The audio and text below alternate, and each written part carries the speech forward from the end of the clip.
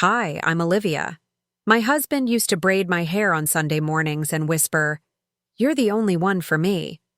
Turns out what he really meant was, "You're the only one for me until your sister becomes available." He planned our divorce like it was our 5th anniversary, with precision, secrecy, and calculated timing.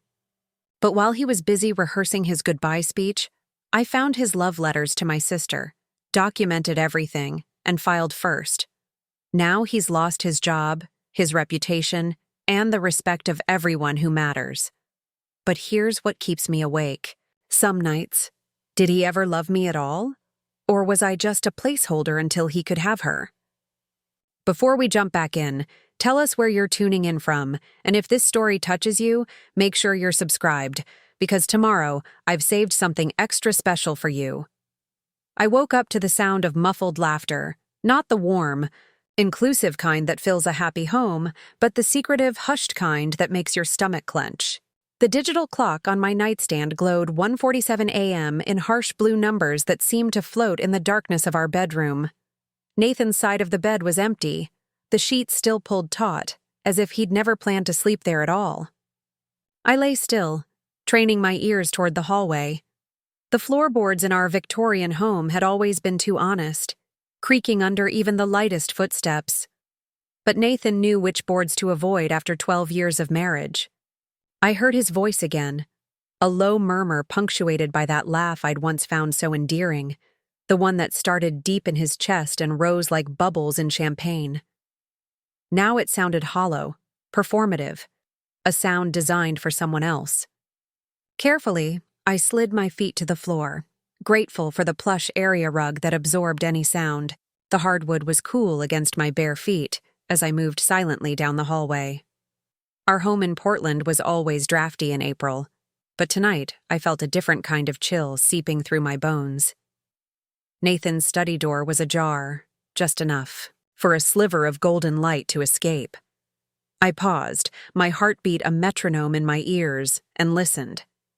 "She doesn't suspect a thing," Nathan said, his voice smooth as river stones. "Rebecca thinks we're celebrating our anniversary next month like normal." A pause, then a soft female laugh that made my blood freeze. I knew that laugh, had grown up with it, had helped its owner practice for school plays, had held her hair back during college parties, had stood beside her at our parents' funerals. "Liv will understand eventually," my sister Elise said, her voice intimate in a way that felt like a physical blow. "She's always been practical. And anyway, she's been so absorbed in her research lately, I doubt she even notices you anymore." Another pause. I realized I was holding my breath and forced myself to exhale slowly. "The cabin is booked for the weekend after next," Nathan continued. "I'll tell her I have a conference in Seattle. Once we're there, I'll call and break it to her. Having you there will make it real for her. She'll have to accept it." My sister's voice dropped even lower. "And you're sure about the timing? What about the paperwork?" "Already prepared," Nathan replied with a confidence that made me sick. "I've had Gregor working on it for months. She's going to be blindsided, but Elise, it's the cleanest way. Quick and final." I stepped back from the door, not hurrying but deliberate, careful not to make the floorboards announce my presence. In our bedroom, I slid back under the covers, my body rigid, my mind racing faster than I could process. The cottage in Cannon. Beach. Our anniversary weekend. My sister. My husband. The betrayal so complete it felt almost artistic in its execution. I kept my breathing even, my eyes closed, when Nathan finally came to bed 40 minutes later. He moved with the careful precision of someone who believes they're being considerate. The mattress dipped slightly under his weight.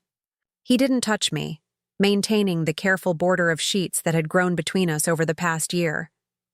I had blamed it on stress, on his promotion, on my research deadlines. How convenient that had been for him. By morning, the world had slipped back into its well-rehearsed normalcy. The coffee maker gurgled in the kitchen. Rain tapped against the windows in a familiar Portland rhythm. Nathan stood at the counter in his gray university sweatshirt, scrolling through his phone with one hand, coffee mug in the other. Morning, he said, glancing up with a smile that looked genuine. 12 years together, and I'd never noticed how his smiles never quite reached his eyes. Or maybe they had once, and I'd been too busy to notice when that changed. Morning, I replied, my voice remarkably steady as I reached for a mug. Sleep well? Like a rock, he lied effortlessly. You were restless, though. Everything okay?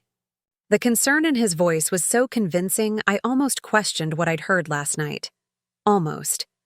Just some thoughts about the Lewis grant proposal, I said, referencing my current research project at the university. Deadline's coming up faster than I'd like. He nodded sympathetically. You'll nail it. You always do. Then, with practiced casualness. Oh, by the way, I need to head to Seattle next weekend.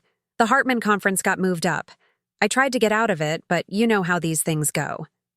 I took a slow sip of coffee, letting the bitterness coat my tongue. Next weekend? Isn't that our anniversary? Preparing and narrating this story took us a lot of time, so if you are enjoying it, subscribe to our channel. It means a lot to us. Now back to the story. A flicker of something, annoyance, guilt, crossed his face before settling back into apologetic husband mode. God, you're right. I completely forgot with everything going on. I'm so sorry, Liv. We'll celebrate when I get back, I promise. Anywhere you want to go. I smiled and nodded, accepting his apology with a graciousness that made me feel hollow. It's fine. The grant deadline is that Monday anyway. I can use the weekend to finish it up. Relief flooded his features. Too much relief for a simple schedule conflict. You're the best. I'll make it up to you. I turned away, ostensibly to grab the creamer from the fridge, but really to hide the tremor in my hands. I know you will, I said to the refrigerator. Shelves. That evening, while Nathan was at his weekly squash game, or so he claimed, I sat at our dining room table with my laptop open, not to the Lewis grant proposal, but to our joint banking portal. Something I hadn't checked in months. Nathan handled most of our finances. He'd insisted, said it was less stress for me with my research schedule. I'd thought it was considerate. The screen loaded slowly, each pixel a new revelation. Transactions I didn't recognize. Small withdrawals, not enough to raise immediate alarms but consistent. $500 here, $700 there, spread over months. And a larger one, $4,500 just last week. To an account labeled CB Property. Cannon Beach. My fingers hovered over the keyboard, not quite trembling. I navigated to our credit card statements, scrolling back through months of transactions.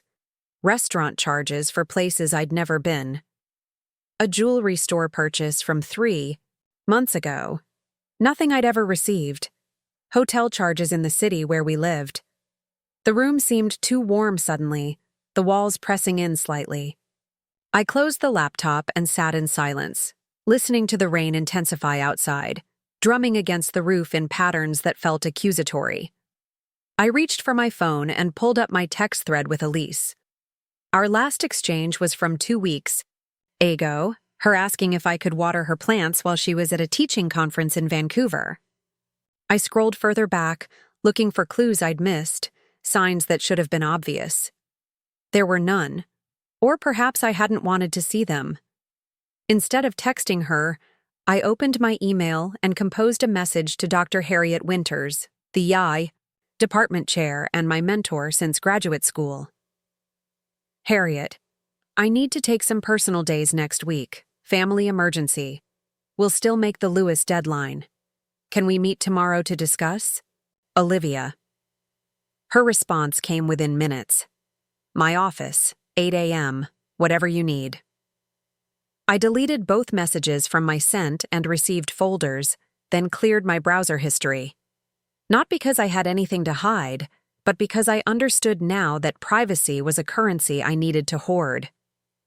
That night, when Nathan returned smelling of his expensive cologne rather than sweat from his supposed squash game, I was already in bed with a research journal, my reading glasses perched on my nose, the very picture of academic distraction. "Productive evening?" he asked, dropping a kiss on the top of my head, a gesture that now felt like a performance.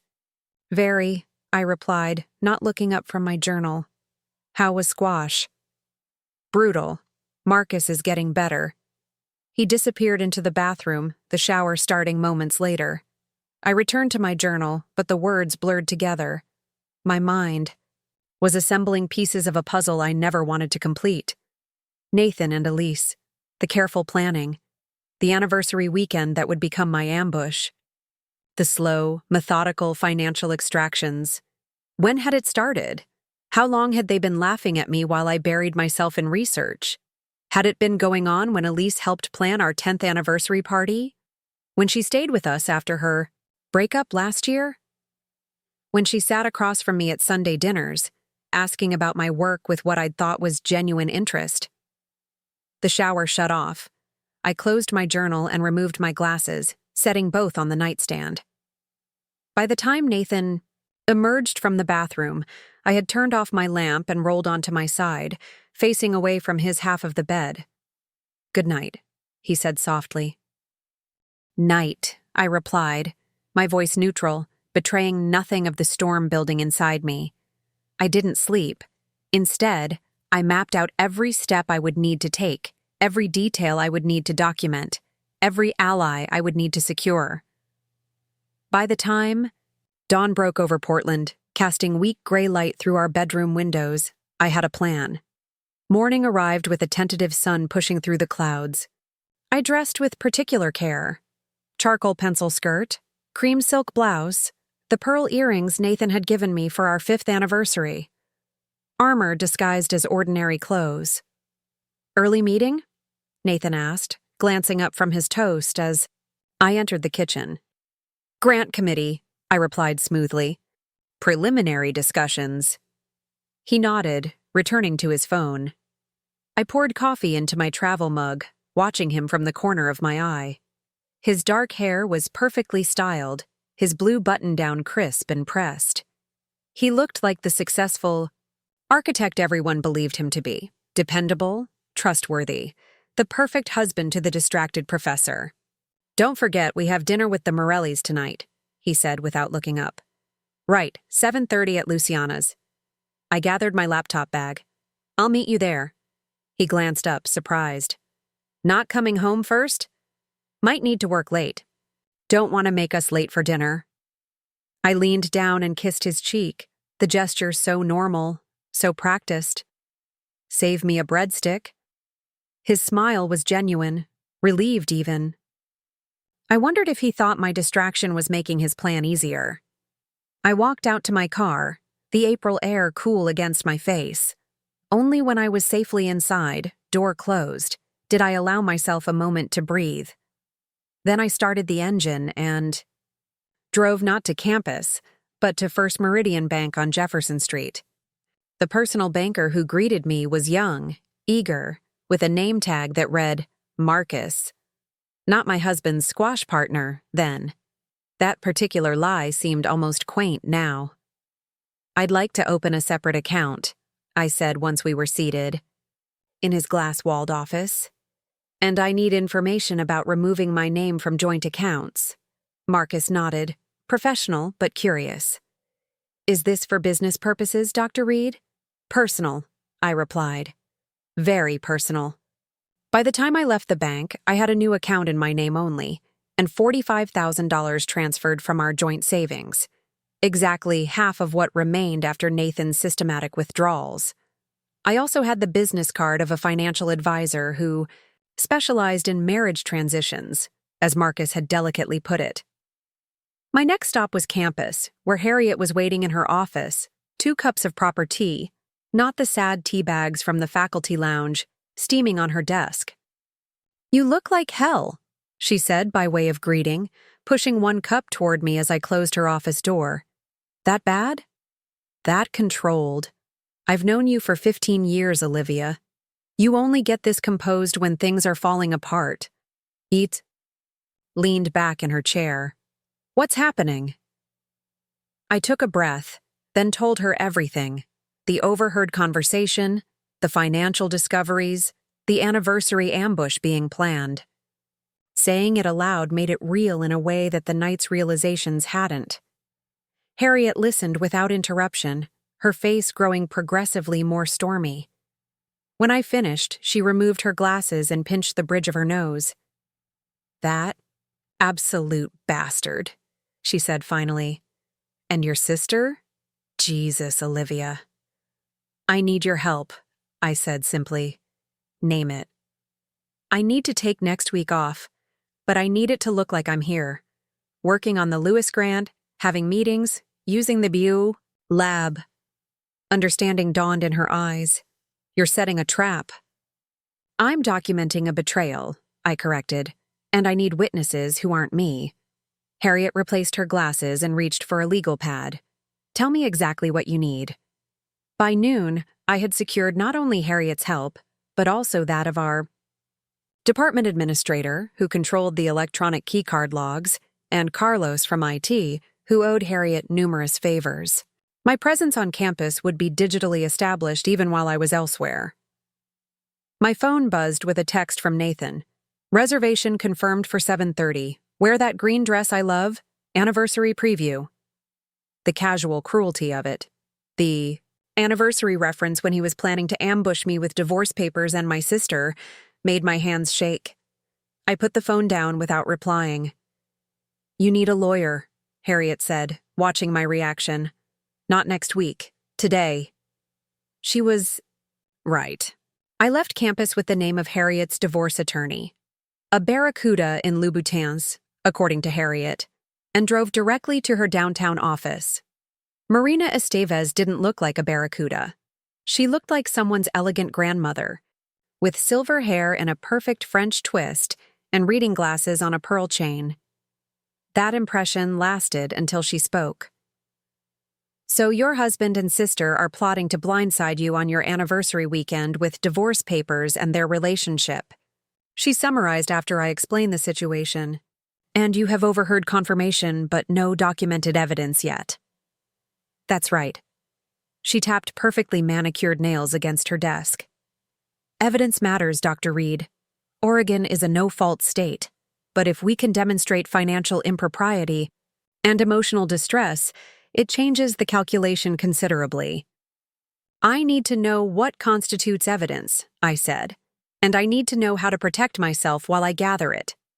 Marina smiled, a sharp expression that finally revealed the barracuda. "Let's start with what you should do today, and work forward from there." 3 hours later, I left Marina's office with a comprehensive plan, a list of documents to gather, recording equipment that was legal in Oregon, and the first genuine sense of control I'd felt since overhearing Nathan's conversation. I still had 2 hours before I needed to meet Nathan at Luciana's. I drove to Powell's Books, losing myself in the familiar stacks, letting the smell of paper and ink settle my nerves. In the legal section, I selected 2 books on divorce law in Oregon. In fiction, I grabbed a thriller I'd been meaning to read. At the register, I paid cash. Back in my car, I checked my appearance in the rearview mirror. I looked composed, perhaps a bit tired, a busy professor with too many commitments. Nothing in my expression betrayed the fact that my marriage was a lie, that my sister was a thief of more than just material things, that by this time next month, everything would be different. I drove home to change for dinner, timing my arrival, for when I knew Nathan would already have left for his afternoon client meeting. The house was quiet, sunlight slanting through windows onto floors that needed vacuuming. I'd always found housework meditative.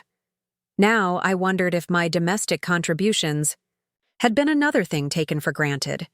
In our bedroom, I opened the closet and found the green dress Nathan had requested, an emerald silk that he'd always said brought out my eyes. I put it on, added simple gold earrings, applied lipstick. The woman in the mirror looked like the Olivia Reed who had existed yesterday before everything changed. But her eyes held a new resolve, a clarity that hadn't been there before. As I turned to leave, my gaze fell on the framed photo on our dresser.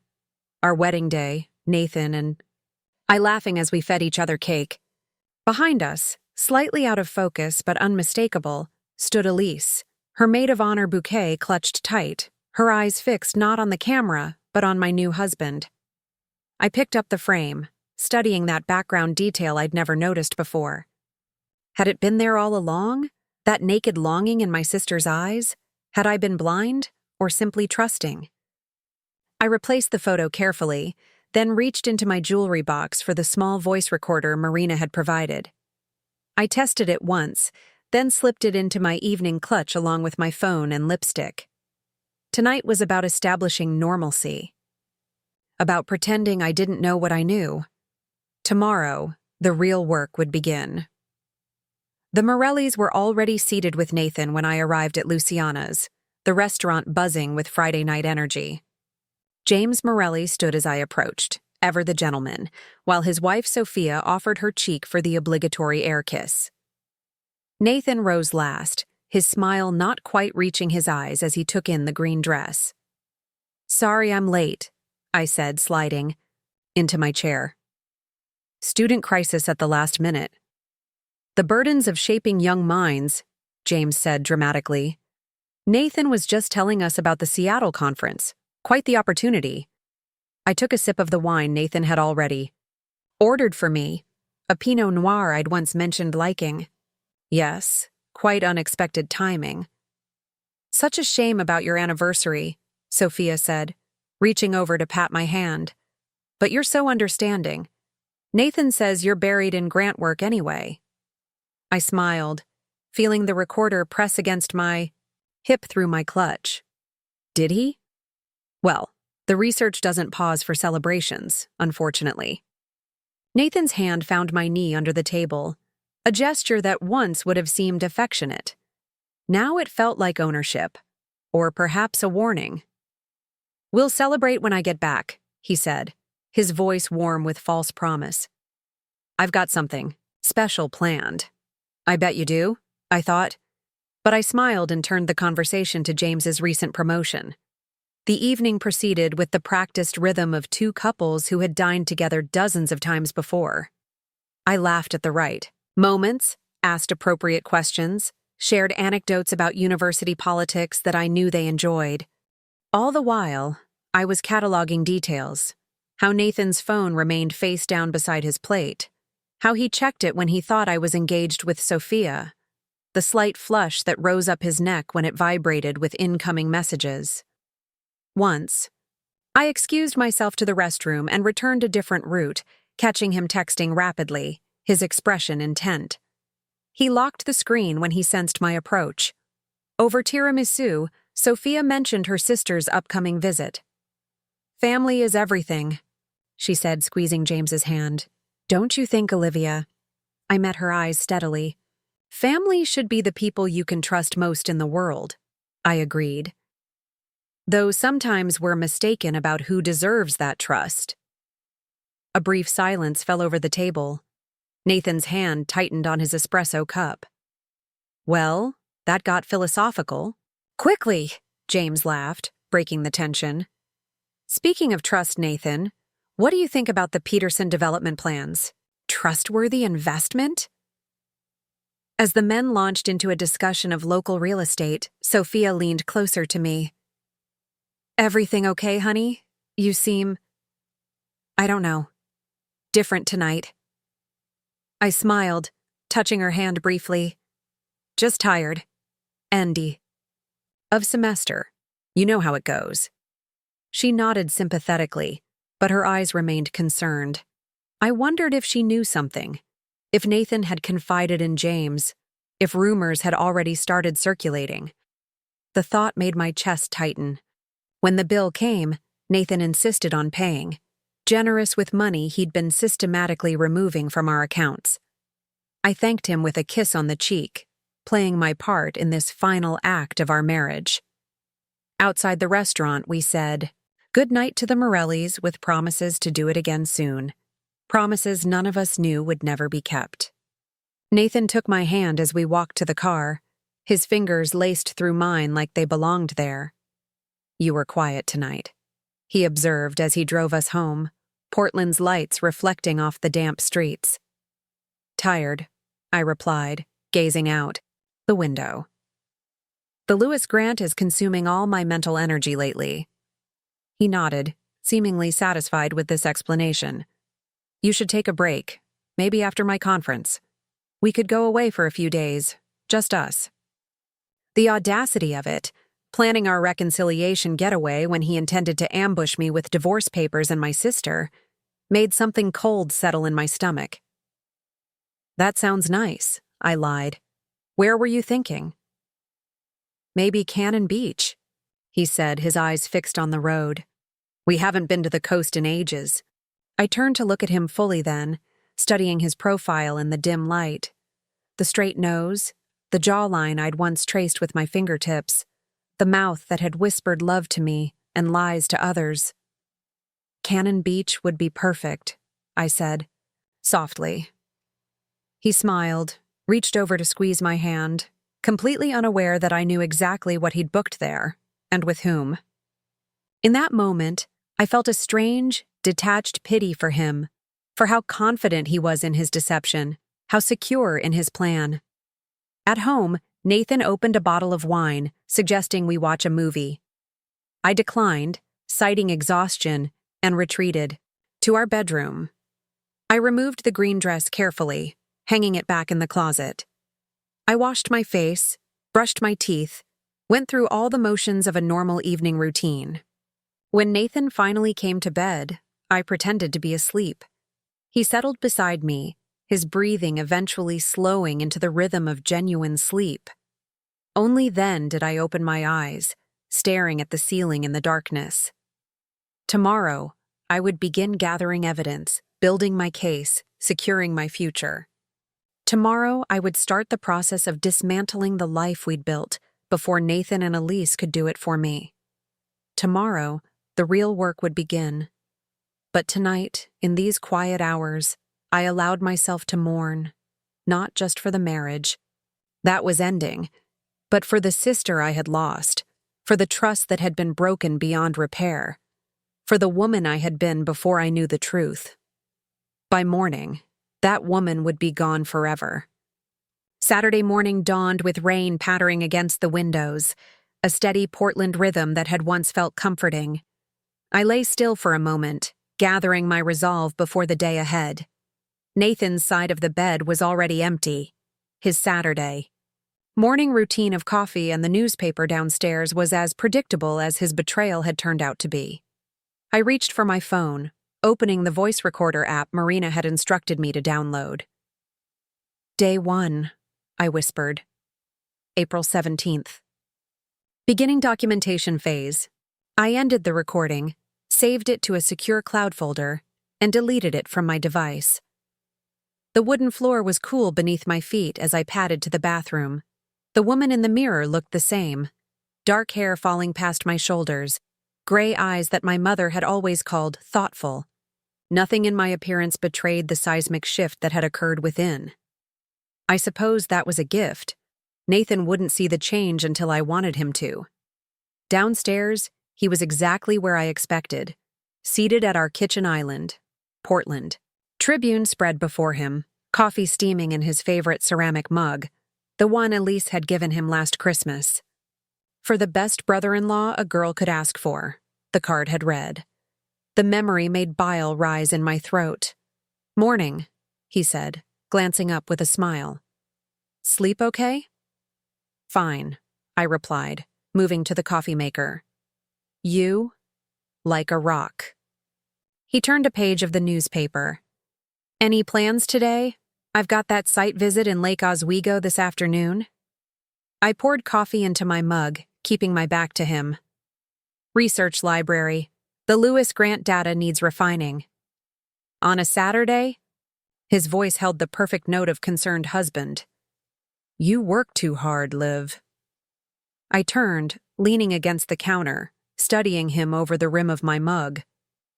Says the man with a site visit on the weekend. He chuckled. The sound so familiar? It ached. Touché. Two workaholics, that's our problem. No, I thought. Our problem is that you're planning to leave me for my sister. But I smiled and said, maybe we both need that vacation after your conference. Definitely. He stood, folding the newspaper. Want to meet for dinner? I should be done by 6. Can't, I said. Library closes at 8, and I need every minute. He nodded, accepting this without question. My work had always been a convenient excuse for him, I realized. How many late nights at the office had actually been spent with Elise? How many research emergencies had I invented that gave him the perfect opportunity? Tomorrow, then, he said, coming around the island to drop a kiss on my forehead. We'll do brunch or something. I nodded, allowing the kiss, fighting the urge to flinch away from his touch. Sounds nice. After he left, I sat at the kitchen island, listening to the silence of our home. A space filled with carefully selected furniture, artwork from our travels, books we'd both enjoyed. All of it now felt like the set design for a play that was reaching its final act. I pulled out my phone and texted Harriet. Starting today. Everything in place? Her response came immediately. All set. Keycard will show regular lab access. Security cameras on maintenance loop. Carlos handling digital footprint. I took a deep breath, then opened my contacts and scrolled to Elise's name. My finger hovered over it for a moment before I pressed call. Each ring echoed like a hammer on glass. Liv? Her voice, when she answered, was carefully casual with an undercurrent of surprise. Everything okay? It's early. Just checking in, I said, keeping my own voice light. Haven't talked in a while. Thought maybe we could do lunch next week? A pause, just a beat too long. Oh, I'm swamped with end-of-semester grading. Rain check? Of course she was busy. She was planning to be in Cannon Beach with my husband the following weekend. Sure, I said. How about after Nathan's conference? He'll be in Seattle, so I'll be rattling around the house alone. Perfect sister time. Another pause. Let me check my calendar and get back to you. Listen, I'm just heading into a department meeting.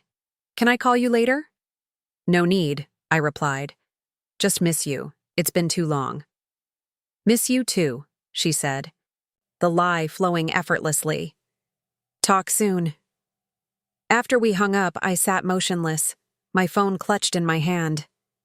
That was my sister, the one who'd held my hand at our parents' funeral, who'd been my maid of honor, who'd listened to my fears and dreams since childhood. Her voice had betrayed nothing, not a tremor of guilt, not a hint of the destruction she was planning. I pulled up my recording app and noted the call, the time, the evasions. Another piece of the puzzle, another thread in the tapestry of betrayal I was documenting. By noon, I was parked outside a coffee shop 3 blocks from our house, watching, as a sleek silver Audi pulled into our driveway. Elise's car. I'd guessed she might come, calculated that Nathan would use his site visit as cover for planning their weekend.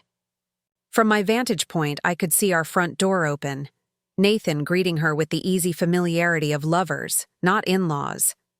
I lifted my phone and took several photos, zooming in as his hand slid to the small of her back, guiding her inside. My hands didn't shake. My breathing remained steady. I was beyond the shock now, moving into the calm clarity of purpose. I drove to the university, where the weekend security guard nodded at my familiar face. In my lab, I powered up computers that would show activity on the logs, left papers conspicuously on desks, a half-eaten energy bar beside my keyboard. The illusion of presence. Then I drove downtown to Marina's office. She'd given me a key and the weekend alarm code, understanding that some aspects of this work couldn't wait for business hours. The documentation center, she'd called it when showing me the small conference room she'd set aside. Everything stays here. Nothing goes home with you. Nothing sits on devices he might access. I settled at the table and began organizing what I'd gathered so far. Bank statements showing the pattern of withdrawals, screenshots of text messages, photos from today, transcripts of recordings. I created a timeline on the large whiteboard, starting 6 months back when I first noticed changes in Nathan's behavior. Subtle shifts I'd attributed to work stress or my own busy schedule. By late afternoon, patterns emerged that made my stomach clench. The weekend trips that coincided with Elise's supposed grading retreats. The dinner meetings that ran late on nights when I had evening lectures. The gradual withdrawal of funds, never enough to trigger alarms, but substantial. In aggregate, I was so absorbed that I jumped when my phone rang, Nathan's name lighting up the screen. "Hey," I answered, keeping my voice casual. "How's the site visit?" "Good, wrapped up early," he replied. "Where are you? Thought you might be home by now."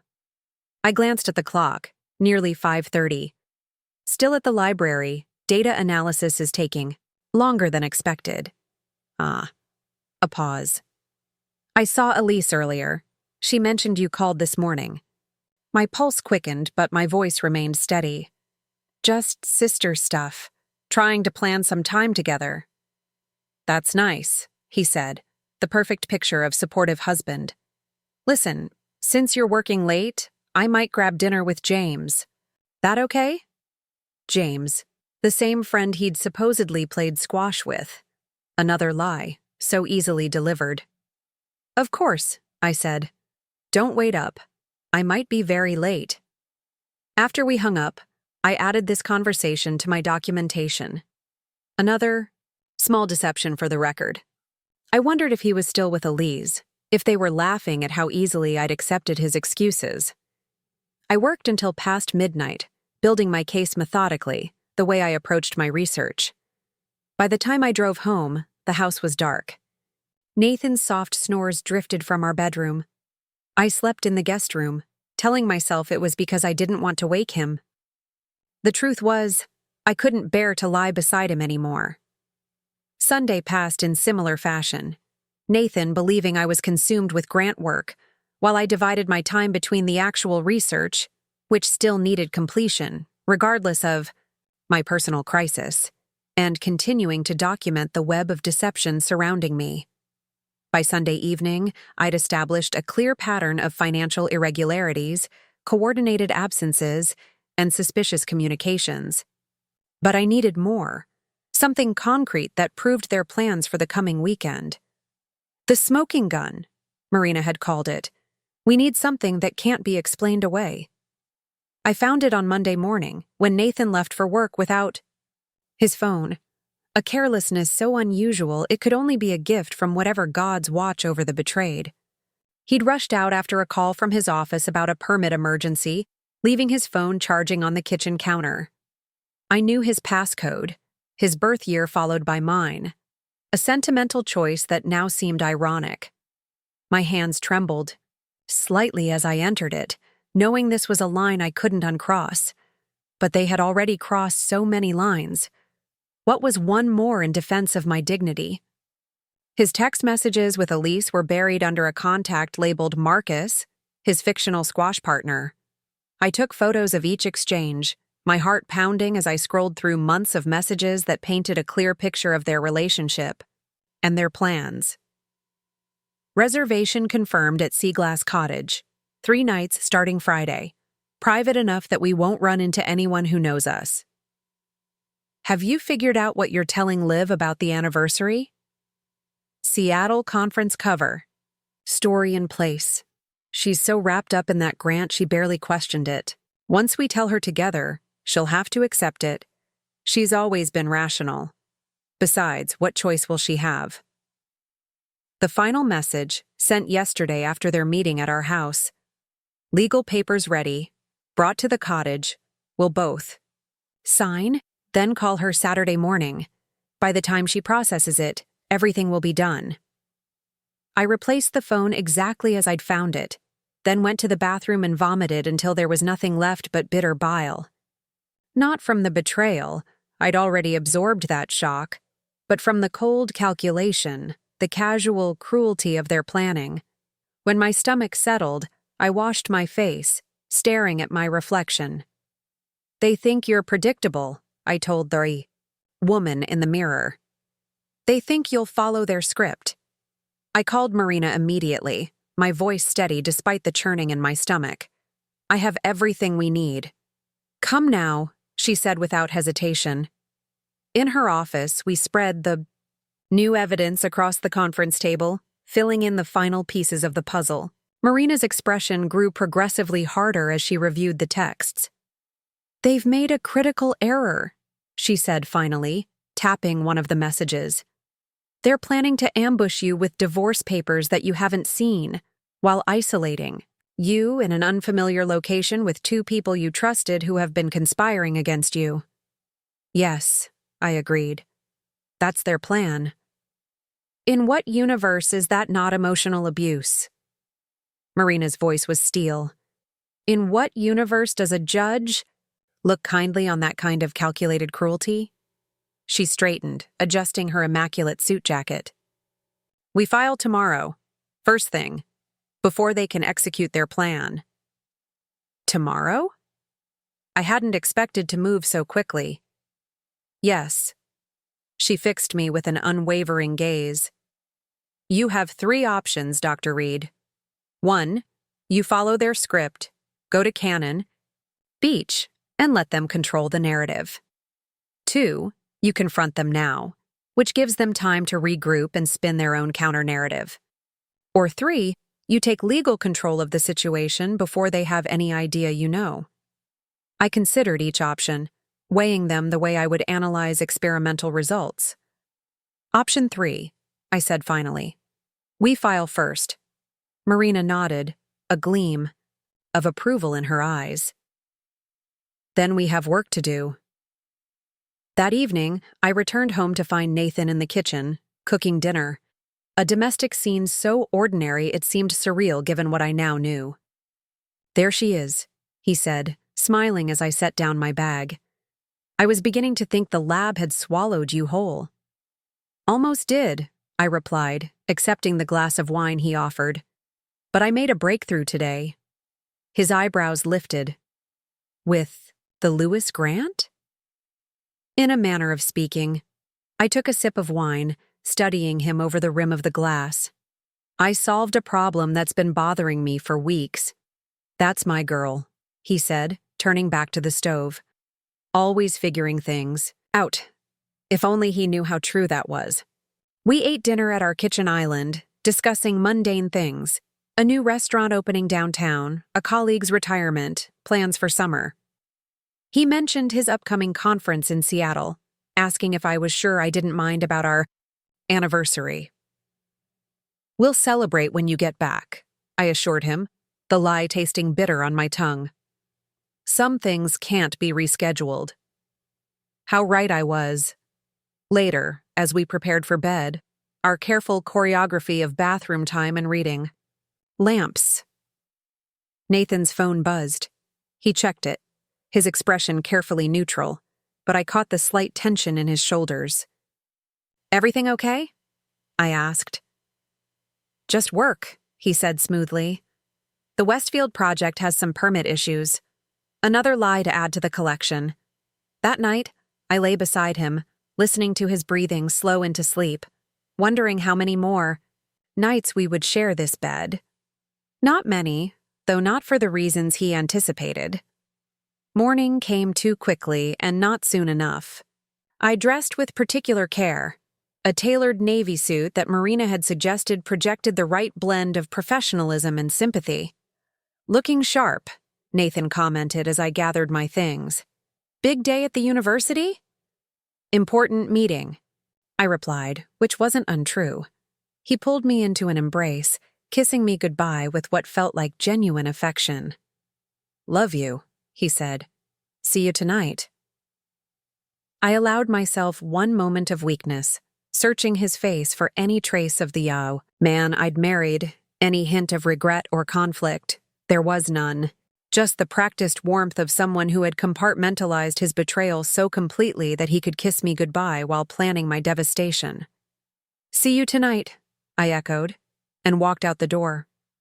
Marina was waiting at the courthouse, a portfolio of documents under her arm, her expression focused and determined. Ready? She asked as I approached. I took a deep breath. ready. The filing process itself was anticlimactic. Paperwork submitted to a clerk who had seen thousands of marriages dissolve into legal language and court dates. I signed where indicated, initialed acknowledgments, paid fees. By 10:30 a.m., it was done. I had filed for divorce from Nathan Reed on grounds of emotional cruelty and financial misconduct. What happens now? I asked as we left the courthouse, the spring air feeling somehow cleaner than it had an hour before. Now, Marina said, checking her watch, the papers will be served to your husband at his office around noon. Your sister will be served separately, not as part of the divorce action, but for the civil suit we've filed regarding her role in the emotional distress and conspiracy.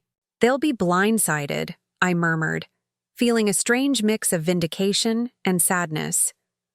Yes, Marina agreed without apology. Just as they planned for you to be. The difference is our approach is legal and above board, while theirs was clandestine and designed to maximize your vulnerability. I nodded, understanding the distinction but still grappling with the finality of what we'd done. I should get to campus, I said. Maintain the appearance of normalcy until you can't anymore, Marina finished. Yes. Go be Dr. Reed. Brilliant scientist. Let the legal process work in the background. I spent the morning in my lab, going through the motions of research while my mind churned with possibilities. How would Nathan react? Would he call immediately? Go home to confront me? Contact Elise?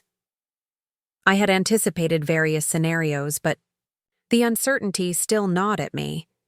At 12:15, my phone buzzed with a text from Marina. Delivered. Both parties. I exhaled slowly, setting down the slide I'd been pretending to examine. It was done. No turning back now. At 12:27, my phone rang. Nathan's name flashing on the screen. I let it go to voicemail. He called again immediately. Then again. Then a text. What the hell is this, Olivia? Call me now. I silenced my phone, continuing with my work as if nothing had happened. As if my marriage wasn't imploding across town. Harriet appeared in my lab doorway at 1:45, her expression a mix of concern and determination. He's here, she said without preamble. Security called. He's demanding to see you. I nodded, having expected this. Is the conference room ready? Yes. Carlos has the recording system activated as requested. Thank you. I removed my lab coat, smoothed my suit, and checked my reflection in a glass cabinet door. Let's not keep him waiting. The walk to the department's conference room felt both endless and too short. Each step took me closer to a confrontation I'd been preparing for, yet still dreaded. Not because I feared Nathan, but because I mourned what we had lost, what had perhaps never truly existed. I paused outside the door, gathering myself. Inside, I could hear Nathan's voice, tense and clipped as he spoke to someone, probably the department assistant who had been instructed to stay with him until I arrived. Harriet squeezed my arm. Remember, you hold all the cards now. I nodded, straightened my shoulders, and opened the door. Nathan spun toward me, his face flushed with anger. A manila envelope clutched in his hand, the divorce papers he'd been served hours earlier. He looked both familiar and like a stranger. This man I'd shared a bed with for 12 years. What the hell is this? He demanded, waving the envelope. Some kind of joke? I turned to the department assistant. Thank you, David. You can go. Once we were alone, I closed the door and faced my husband. It's not a joke, Nathan. It's a divorce filing. I would think the paperwork is quite clear. Clear? He laughed, a harsh sound nothing like his usual warm chuckle. Nothing about this is clear. Where is this coming from? We were fine yesterday, and today I'm being served with divorce papers at my office, in front of my colleagues. I moved to the conference table, setting down my bag, maintaining the calm I'd practiced with Marina. Were we fine yesterday, Nathan? Really? He ran a hand through his hair, a gesture of frustration I'd seen countless times before. Yes, we were fine, normal, making dinner plans, talking about celebrating our anniversary when I get back from Seattle. I met his gaze steadily. There is no conference in Seattle, Nathan, just like there was no squash game with Marcus last week, just like the $4,500 withdrawal wasn't for office expenses. His expression shifted, confusion giving way to wariness. What are you talking about? I know about Cannon Beach, I said quietly. I know about the Sea Glass Cottage reservation. I know about you and Elise. The color drained from his face.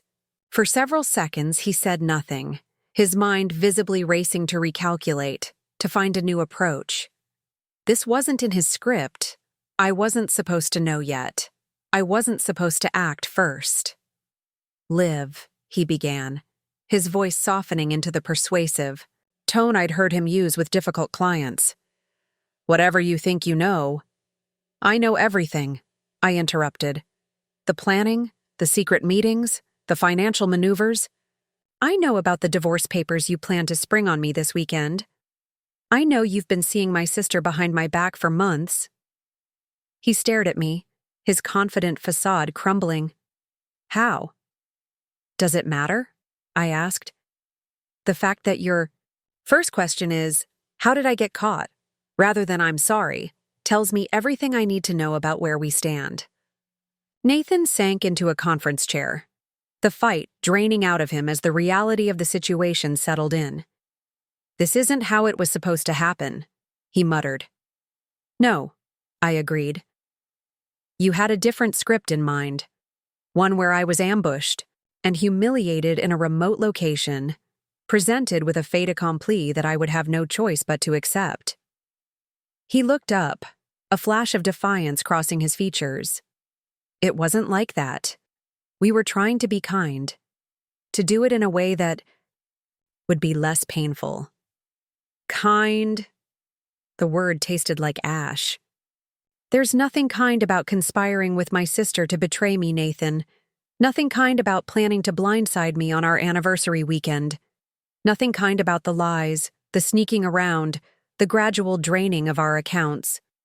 I wasn't stealing, he protested. Those were legitimate withdrawals for— Save it for your lawyer, I cut in.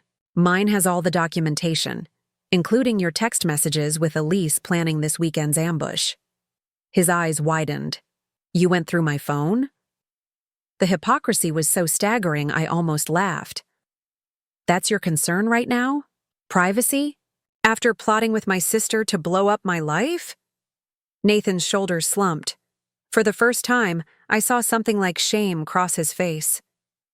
It wasn't supposed to be like this, he repeated softly. No, I agreed, gathering my bag and moving toward the door. It wasn't. But unlike your plan, mine doesn't involve humiliating you in front of someone you trusted. It doesn't involve isolating you in an unfamiliar place before delivering devastating news. It simply involves the legal system working as it should. I paused, my hand on the doorknob. Your belongings will be packed and moved to a storage facility by the end of the week. The locks will be changed.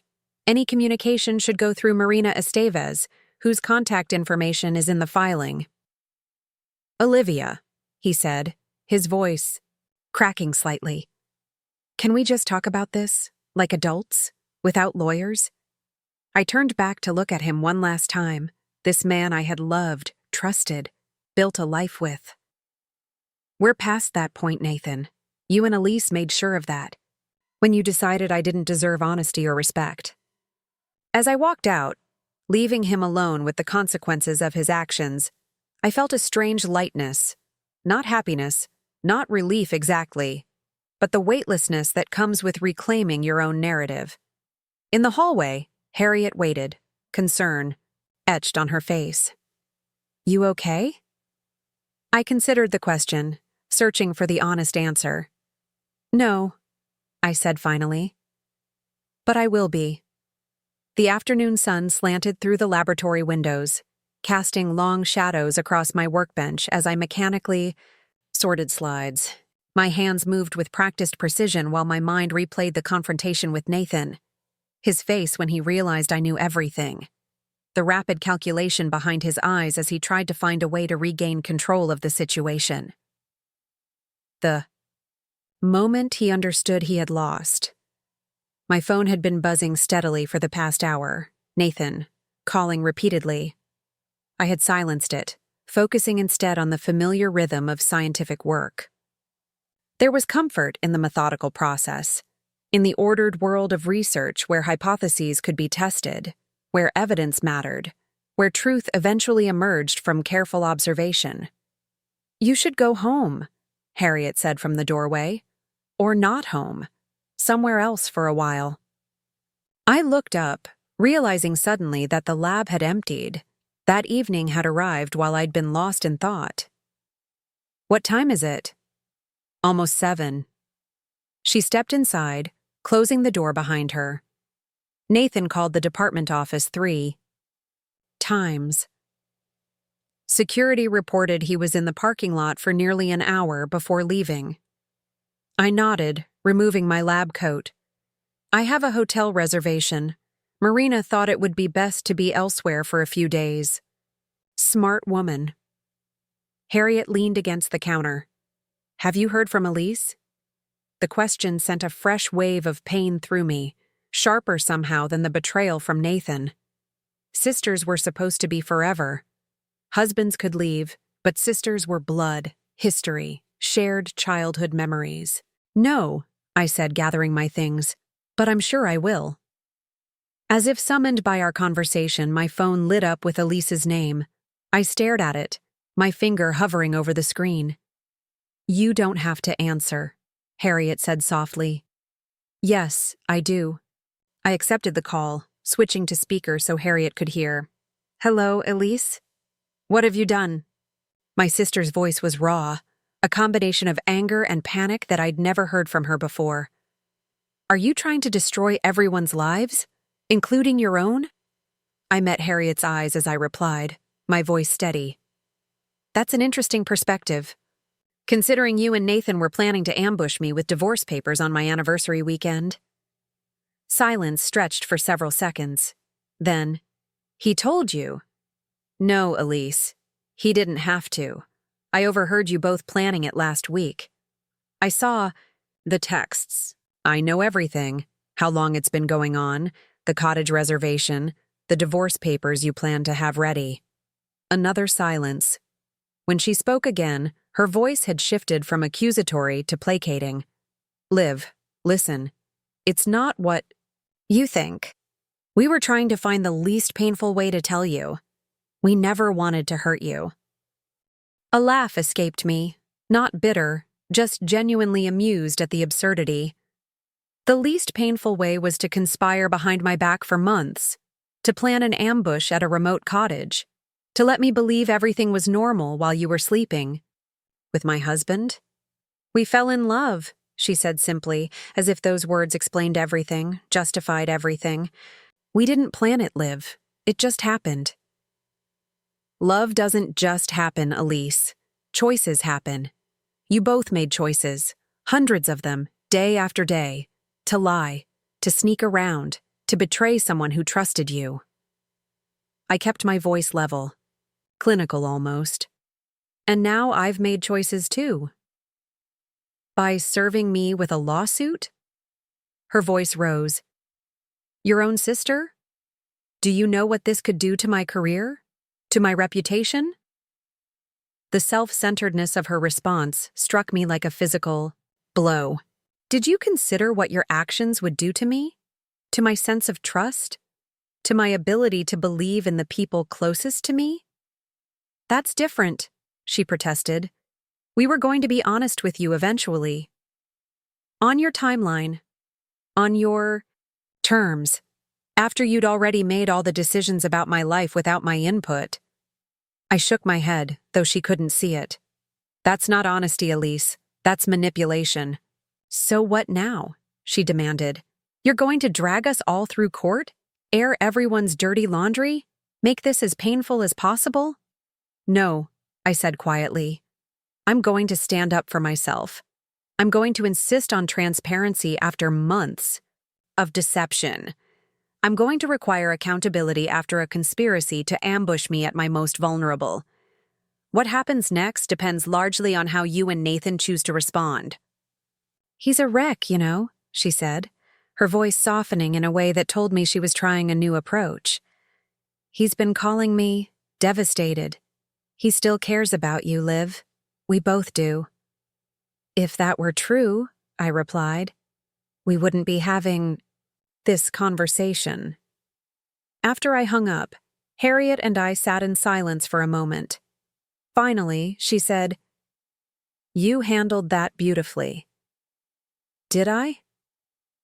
I ran my hands through my hair, suddenly exhausted. It doesn't feel beautiful. It feels like scorched earth.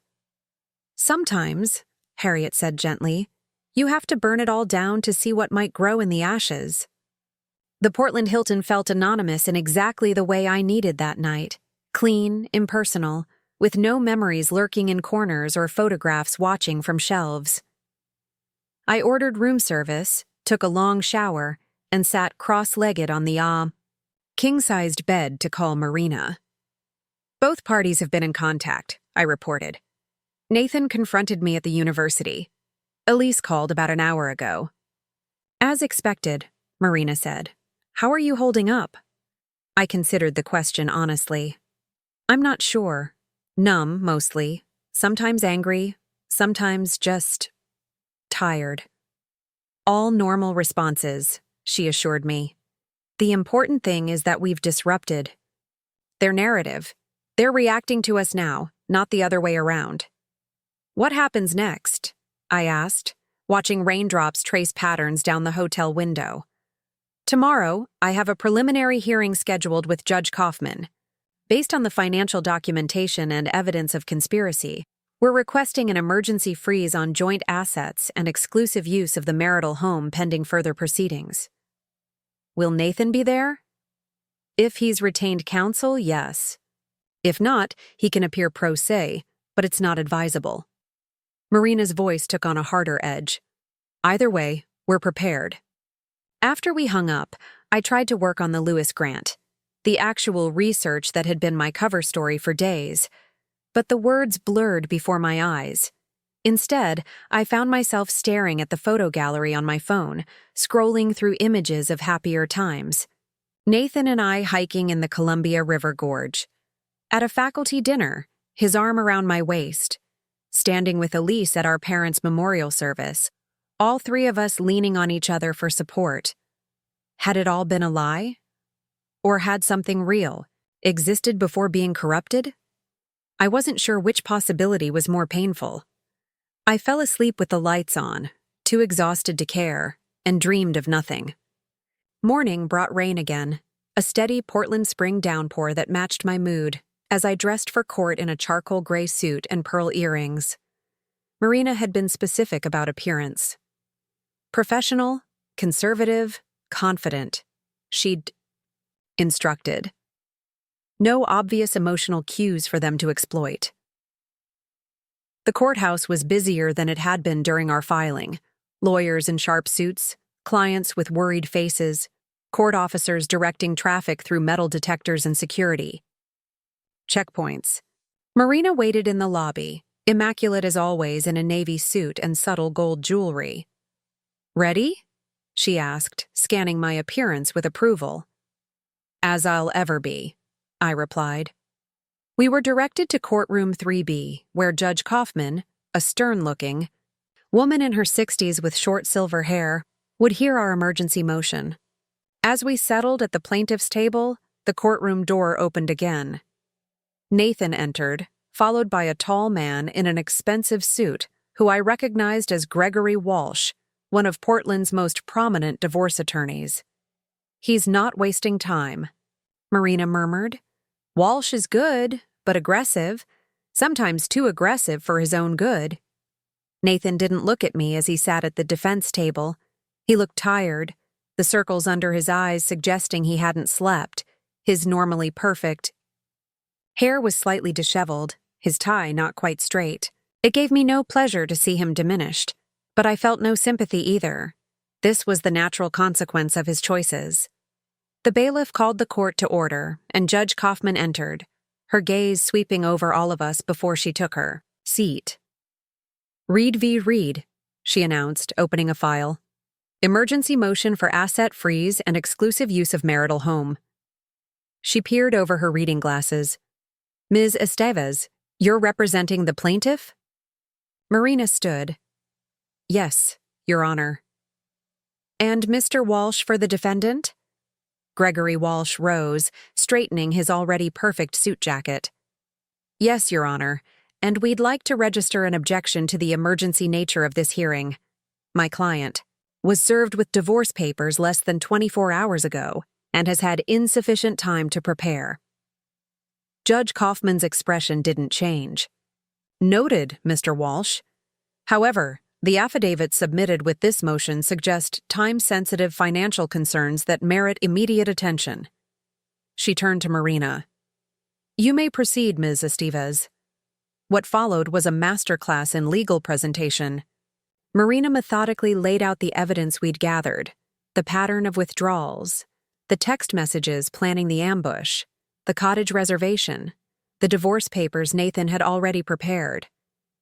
She presented it all without emotion, as factual, evidence of a conspiracy to isolate me at a vulnerable moment, while simultaneously removing marital assets.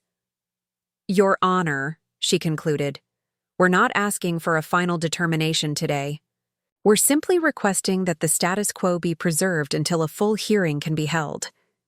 Mrs. Reed discovered a pattern of concerning financial activity and a plan to ambush her with divorce proceedings in an isolated location.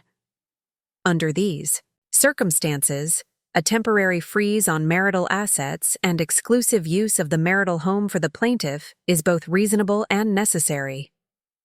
Judge Kaufman nodded, then turned to Walsh. Your response, counselor? Walsh stood, buttoning his jacket with practiced ease. Your Honor, what we have here is a simple misunderstanding blown wildly out of proportion. My client and Mrs. Reed's sister were indeed planning to inform her of their relationship during a weekend trip, but characterizing this as an ambush is melodramatic at best and manipulative at worst. I kept my expression neutral, even as his dismissive tone made my blood boil. As for the financial transactions, Walsh continued, every withdrawal was legitimate and can be accounted for. Business expenses, investments, routine financial management. Nothing nefarious, nothing hidden. He turned slightly, gesturing toward Nathan, who sat with perfect posture, his expression appropriately somber. My client was blindsided by these divorce proceedings and these outlandish accusations. He had no intention of ambushing his wife or hiding assets. He simply wanted to have a difficult conversation in a private setting. Is that really grounds for an emergency asset freeze? Judge Kaufman studied him for a moment, then shifted her gaze to Marina. Ms. Estevez, do you have documentation of these financial transactions? Yes, Your Honor. Marina slid a binder across to the clerk, who delivered it to the judge. Pages 3 through 17 detail the withdrawal pattern. Pages 18 through 24 contain the text messages between the defendant and Mrs. Reed's sister discussing their plans. Of particular interest is the exchange on page 22, where they explicitly discuss having divorce papers ready at the cottage. Judge Kaufman spent several minutes reviewing the materials, her expression inscrutable. Finally, she looked up, her gaze moving between all parties. I've reviewed the evidence, and I find sufficient cause for concern to grant the emergency motion. She fixed Nathan with a stern look. Mr. Reed, regardless of your intentions, the evidence suggests a pattern of behavior that could reasonably be interpreted as preparation for removing marital assets and creating a situation of emotional duress. Until a full hearing can be scheduled, all joint accounts and marital assets are frozen, with the exception of reasonable living expenses to be determined by the court. She made a note in the file. Additionally, Mrs. Reed is granted exclusive use of the marital home for a period of 30 days, during which time Mr. Reed may arrange, through counsel, to retrieve essential personal items only. Walsh began to object, but Judge Kaufman raised a hand. My decision is made, Counselor. You'll have ample opportunity to present your full case at the hearing, which we'll schedule for 3 weeks from today. She checked her calendar. May 12th at 9 a.m. Are there any other matters we need to address today? No, Your Honor, Marina replied. No, Your Honor, Walsh echoed, his displeasure evident despite his professional demeanor. Then we're adjourned. I expect both parties to comply fully with this order. As the judge left the courtroom, I exhaled slowly, feeling a mixture of relief and disbelief. It had worked. The plan Marina and I had constructed, to document everything, to file first, to request emergency measures, had actually worked. Nathan and Walsh huddled in intense conversation at their table. I turned to Marina. What happens now? Now, she said, gathering her materials, we prepare for the full hearing. This was just the opening move. As we stood to leave, Nathan broke away from Walsh and approached our table. Marina immediately stepped slightly in front of me, a subtle but clear message. Olivia, Nathan said, his voice lower than usual. Can we talk? Just for a minute? All communication should go through counsel, Mr. Reed, Marina replied before I could speak. Nathan's jaw tightened. 5 minutes, that's all I'm asking. I looked at him, really looked at him, for the first time since entering the courtroom. This man who had been my partner, my confidant, my home for 12 years. The familiarity of his features made the betrayal all the more painful. Not today, I said quietly. Maybe not for a while. Something flickered in his eyes, resignation, perhaps, or the first genuine recognition of what he had lost. I never meant for it to happen like this. I know, I replied. You meant for it to happen at the cottage, on your terms, with Elise there to present a united front. That was the plan, wasn't it? He didn't answer, which was answer enough. Goodbye, Nathan. I picked up my bag and walked past him, Marina at my side, feeling his gaze follow me out of the courtroom. In the courthouse lobby, Marina squeezed my arm. You did well in there. Not everyone can face their spouse so soon after discovering infidelity, especially with the added complication of your sister. I'm not sure what I feel, I admitted. It's like I'm watching someone else's life fall apart. That's shock, she said gently. It will pass, and when it does, I want you to be prepared for the emotions that will follow. Anger, grief, perhaps guilt, though you have nothing to feel guilty about. I nodded, thinking of the complicated tangle of feelings lurking just beneath my composed exterior. What's the next step? You go home. You're home now, legally. The locks should already have been changed as we discussed. Take some time to process. Rest if you can. She checked her watch. I'll call you tomorrow to begin preparation for the full hearing. Outside, the rain had stopped, leaving the city glistening under watery sunlight. I decided to walk the few blocks to my car, needing the movement, the air, the anonymity of being just another person on a downtown street. My phone buzzed with a text from Harriet. How did it go? I typed back, Judge granted our motion, asset freeze and exclusive use of the house. Her response was immediate. First victory. Come by my office when you're ready. I have wine. The offer was tempting, but I needed solitude more than companionship right now. Tomorrow, maybe. Need some quiet time. Understood. Call if you need anything. I drove home slowly, retracing familiar streets that led to a house that would feel different now. As I pulled into the driveway, I saw several boxes stacked neatly on the porch, Nathan's essential items, already packed and delivered while we were in court.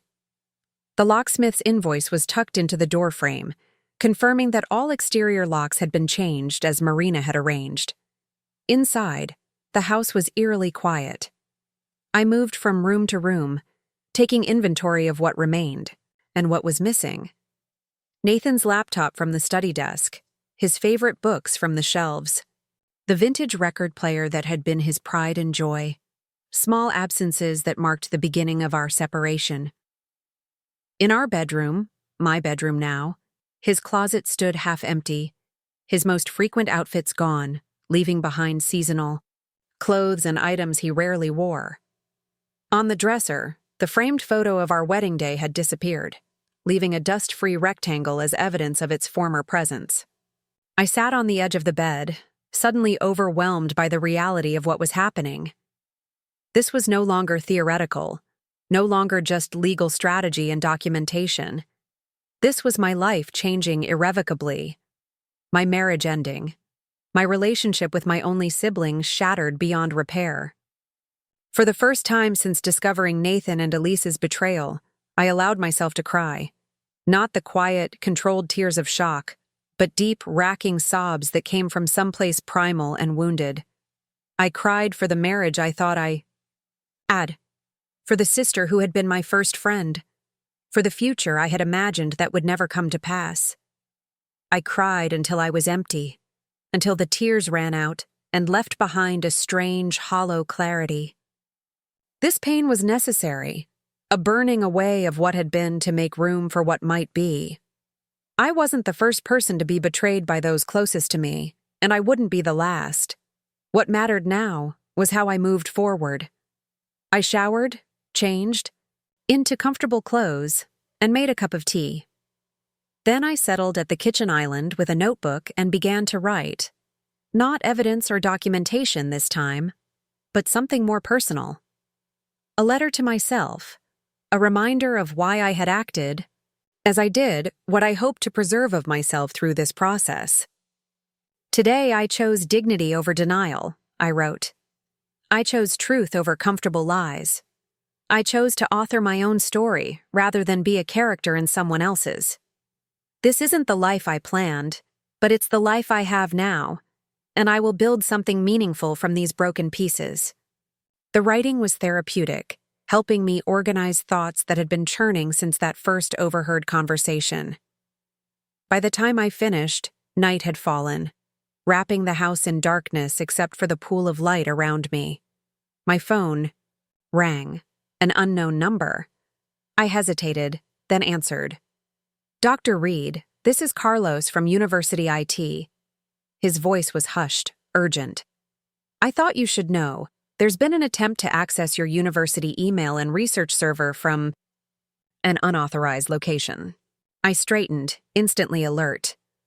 When? About an hour ago. The system flagged it because it came from a coffee shop IP address rather than your home network or campus. Was it successful? No, he assured me. Your two-factor authentication blocked it, but whoever it was tried multiple times before giving up. Can you tell who it was? I asked, though I already suspected the answer. Technically, no. Carlos hesitated.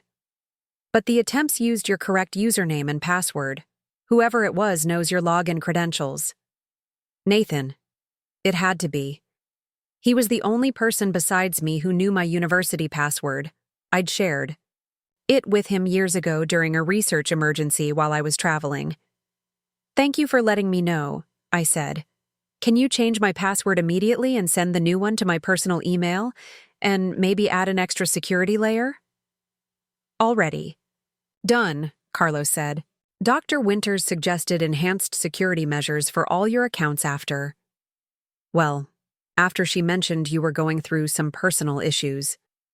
Harriet, always 3 steps ahead. Thank you, Carlos. I appreciate the heads up. After we hung up, I sat in silence, contemplating this new development. What had Nathan been looking for in my university accounts? Research data? Financial information? Or was he simply trying to gather intelligence to see what I might be saying about him to colleagues? Whatever his motivation, it reinforced Marina's warning about securing all personal information. This divorce wouldn't be clean or simple. Nathan had already demonstrated his willingness to act deceptively. I couldn't assume he would suddenly embrace transparency. I sent Marina a quick text explaining what had happened, then powered down my laptop and went to bed. Sleep came surprisingly easily, as if my body recognized the need to rest before the next battle. Morning arrived with unexpected sunshine streaming through the bedroom windows. I lay still for a moment, orienting myself to this new reality. Alone in what had been our bed, in a house that was temporarily mine alone, at the beginning of a legal process that would formally end my marriage. Strangely, I felt stronger than I had the day before. The crying jag had cleared something, leaving behind a quiet determination. I wasn't naive enough to think the worst was over, far from it, but I had survived the initial shock, made the first decisive moves, established legal protection for myself. As I made coffee, my phone buzzed with a text from an unknown number. "This isn't over, Olivia. You've embarrassed us both with these theatrics. We need to talk. Away from the lawyers. Meet me at Powell's at noon. N." I stared at the message, noting the subtle threat, the attempt to make me feel guilty for protecting myself, the pressure to meet without legal counsel. Classic manipulation tactics that I might have missed before, but now saw with painful clarity. I didn't reply. Instead, I forwarded the message to Marina with a simple note. From Nathan, new number. Her response was immediate. Do not engage. We'll add this to the file as evidence of attempted circumvention of legal process. I blocked the number, finished my coffee, and got dressed. Today was the deadline for the Lewis grant proposal. My actual research that had become both cover story and neglected responsibility during the past week of personal crisis. As I drove to campus, I realized something surprising. I was looking forward to immersing myself in work. Science had always been my sanctuary, a place where questions had answers, where processes followed logical sequences, where evidence led to conclusions. Today, I needed that structure more than ever. In my lab, surrounded by familiar equipment and the comforting smell of antiseptic and coffee, I felt something close to peace for the first time in days. Here, I wasn't Olivia Reed, betrayed wife, and sister. I was Dr. Reed, researcher, scientist, mentor to graduate students. Here, I had value that had nothing to do with my personal relationships. I worked steadily through the morning, finalizing data analysis, refining methodology descriptions, polishing the proposal until it gleamed with promise and precision. By 11:30, it was ready for submission. I sat back, stretching tired shoulders, and felt a small but significant sense of accomplishment. One task completed, one piece of normal life reclaimed, one small victory in a week of chaos. As I prepared to submit the proposal, Harriet appeared in the doorway, 2 coffee cups in hand. "Finished?" she asked, setting one cup on my desk. "Just about to hit send," I confirmed. "Thanks for the coffee." She settled into the chair opposite my desk. "How are you really doing? And don't say fine unless you mean it." I considered the question seriously. "I'm surviving, processing, taking it hour by hour." Harriet nodded. "That's all anyone could expect." She hesitated, then added, "Nathan came by the department office this morning, looking for you." My stomach tightened. "What did he want?" "To talk to you," he said. "Admin told him you were unavailable and that all communication should go through your attorneys as instructed." She took a sip of coffee. "He didn't take it well." "He texted me this morning," I admitted. "Wanted to meet at Powell's, away from the lawyers." Harriet's expression hardened. "Classic attempt to isolate you from your support system, to get you somewhere he can control the narrative." "I know." I clicked submit on the grant proposal, watching the confirmation appear on screen. I didn't respond. "Good." She studied me over her coffee cup. "You know, when James left me for his research assistant, I thought I'd never feel whole again, like he'd taken something essential that I couldn't replace.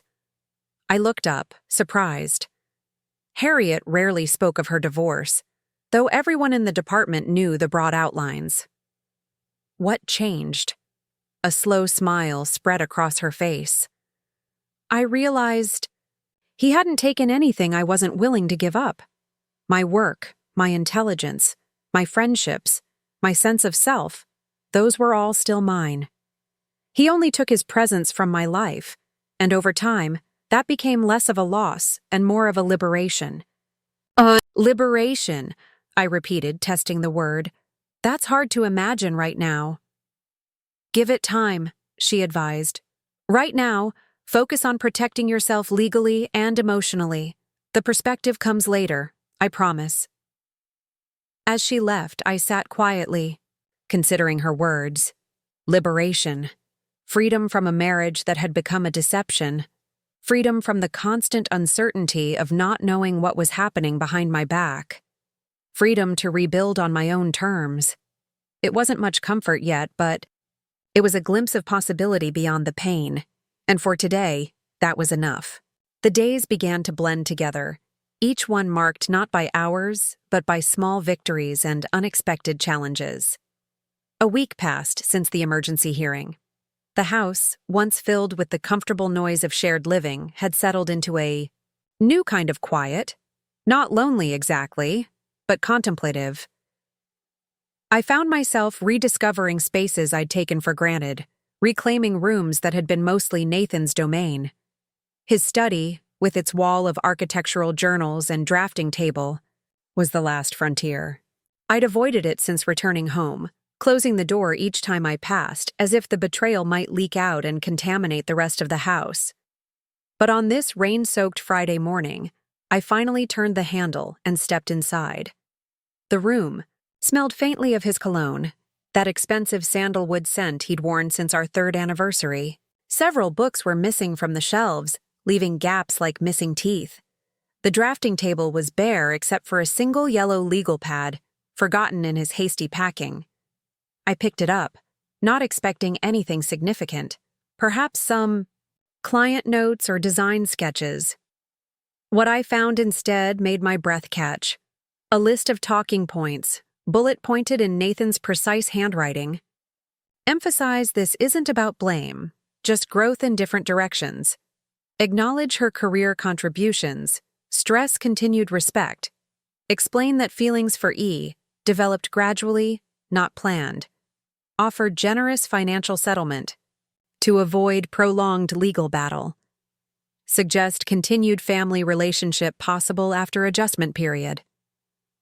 The last item had been circled several times, as if he truly believed that after revealing his affair with my sister, we could all eventually gather for holiday dinners. The betrayal forgotten like a minor social faux pas. I sat in his leather chair holding the legal pad, struck not by anger, but by something closer to pity. Had he really believed these talking points would soften the blow? That a generous financial settlement would compensate for the destruction of trust? That carefully worded phrases could erase the image of him and Elise planning my humiliation? The doorbell rang, startling me from my thoughts. I set down the legal pad and made my way to the front door, checking the security camera Marina had insisted on installing. A delivery person stood on the porch, holding a large manila envelope. "Dr. Olivia Reed?" she asked when I opened the door. "Yes, that's me." "Legal delivery requiring signature." She handed me a clipboard and waited, while I signed. Inside, I opened the envelope to find a thick stack of documents. Nathan's formal response to the divorce filing, prepared by Gregory Walsh. I scanned the pages, my stomach tightening at the aggressive language. Plaintiff's allegations of conspiracy and emotional cruelty are categorically denied. Defendant maintains that all financial transactions were legitimate and transparent. Plaintiff's emergency motion was based on mischaracterizations and emotional distress rather than fact. The final paragraph requested that the asset freeze be lifted immediately and proposed a 50-50 division of the marital home's use until final settlement. I called Marina immediately. I've received it too, she said before I could speak. Standard aggressive opening position. Nothing unexpected. He's denying everything, I said, a note of disbelief creeping into my voice despite my best efforts. Even with the text messages, the withdrawals, everything we documented. Of course he is, Marina replied, her tone matter of fact. This is the denial phase. Next will come anger, then bargaining. We just need to hold steady. You make it sound like we're waiting out a toddler's tantrum. She chuckled. The comparison isn't entirely inaccurate. Divorce brings out primitive emotional responses in even the most sophisticated people. Her voice softened slightly. How are you holding up? I glanced toward Nathan's study, thinking of the talking points, the careful script he'd prepared for my destruction. I'm standing on solid ground, I said finally. Some moments are harder than others, but I'm not wavering. Good, because the next phase may test that resolve. Once they realize the judge isn't going to immediately roll back the emergency orders, they'll likely shift tactics. What kind of tactics? Personal attacks, attempts to reframe the narrative, maybe pressure through mutual friends or colleagues. She paused. And have you heard from your sister since the initial phone call?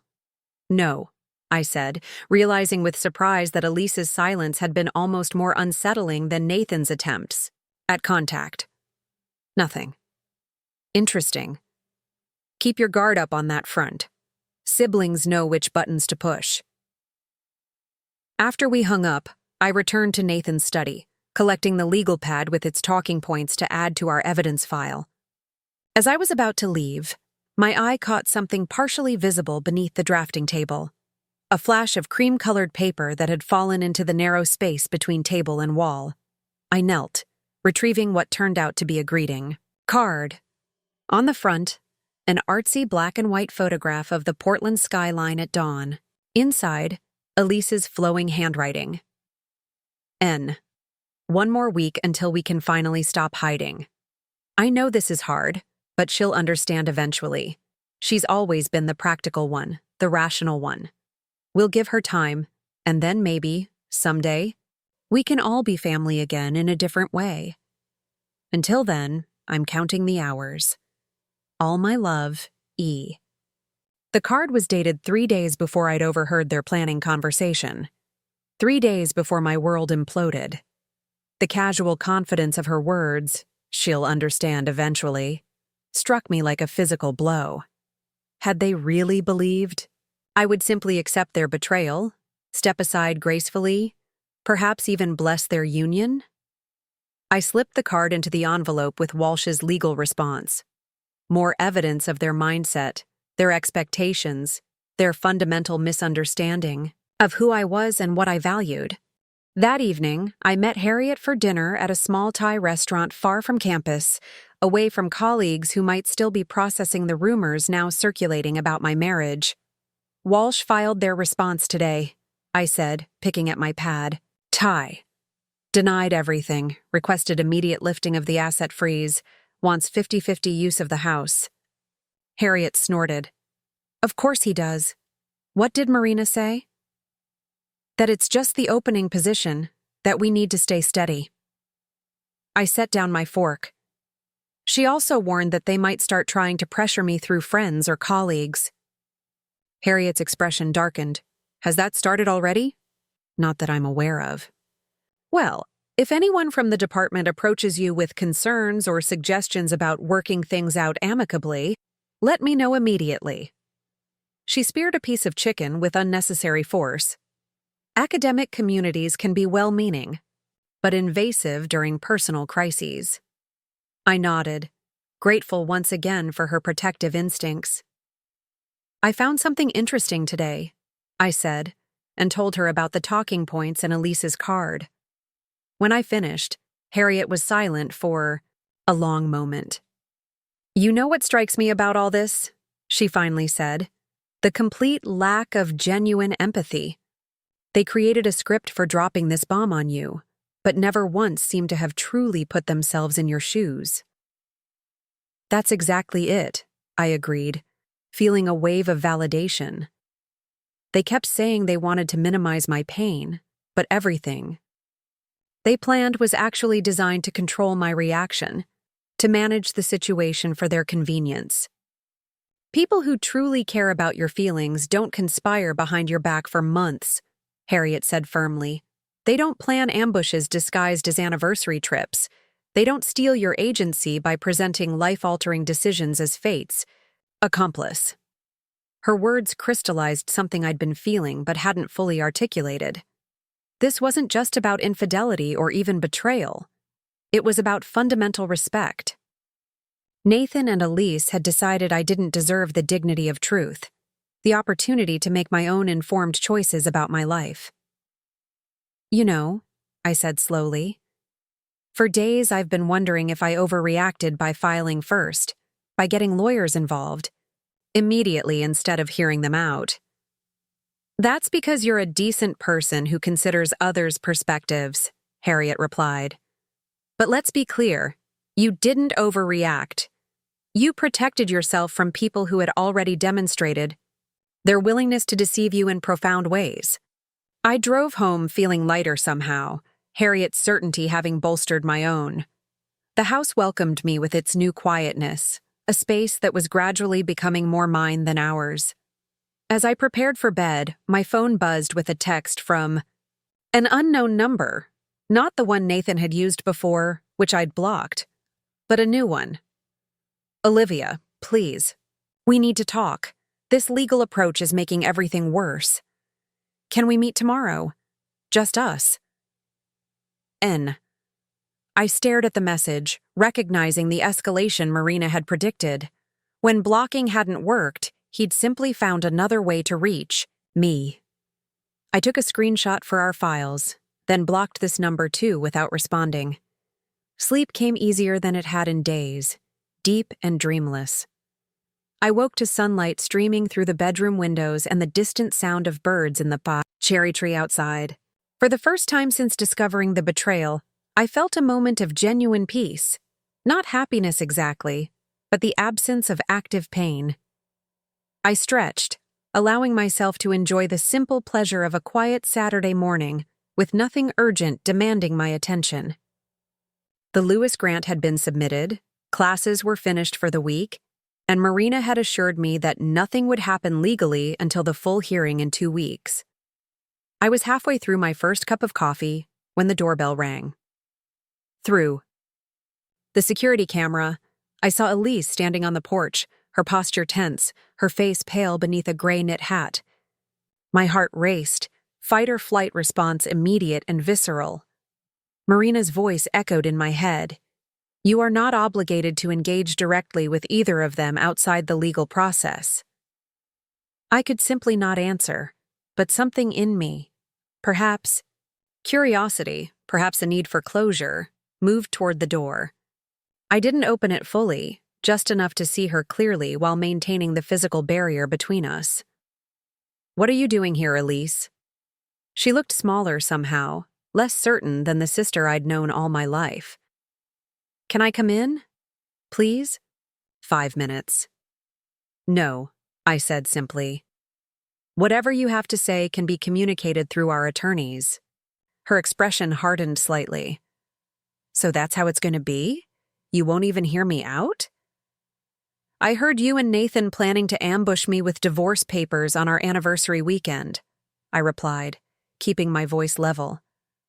I heard you discussing how I would eventually understand because I'm so practical. I think I've heard enough. It wasn't like that, she protested, the familiar refrain both Nathan and Walsh had used. We were trying to find the least painful way. The least painful way would have been honesty, I interrupted. At any point in the months you've been seeing each other behind my back. The least painful way would have been respecting me enough to let me be part of decisions about my own life. She flinched. We made mistakes in how we handled it. I admit that. But Liv, you have to understand, we didn't plan for this to happen. We fell in love. Love, I repeated, the word bitter on my tongue. Love doesn't require deception, Elise. Love doesn't conspire. Love doesn't forge an alliance against someone who trusts you. What do you want from us? She demanded, frustration breaking through her controlled facade. Blood? A public apology? What will make you stop this scorched earth legal campaign? I studied her, my only sibling, the girl who had shared my childhood bedroom, who had held my hand at our parents' funeral, who had been my maid of honor. A stranger now, transformed by choices I couldn't comprehend. I want what I've already requested through legal channels, I said finally. A fair division of assets, accountability for financial irregularities, and the space to rebuild my life without manipulation or pressure. I began to close the door. Goodbye, Elise. Wait, she said quickly, her hand shooting out as if to stop the door, but falling short. There's something you should know. I paused, wary. I'm pregnant. The words hung in the morning air between us. 12 weeks. That's why. That's part of why we wanted to resolve things quickly. The world seemed to tilt slightly, reality shifting beneath my feet.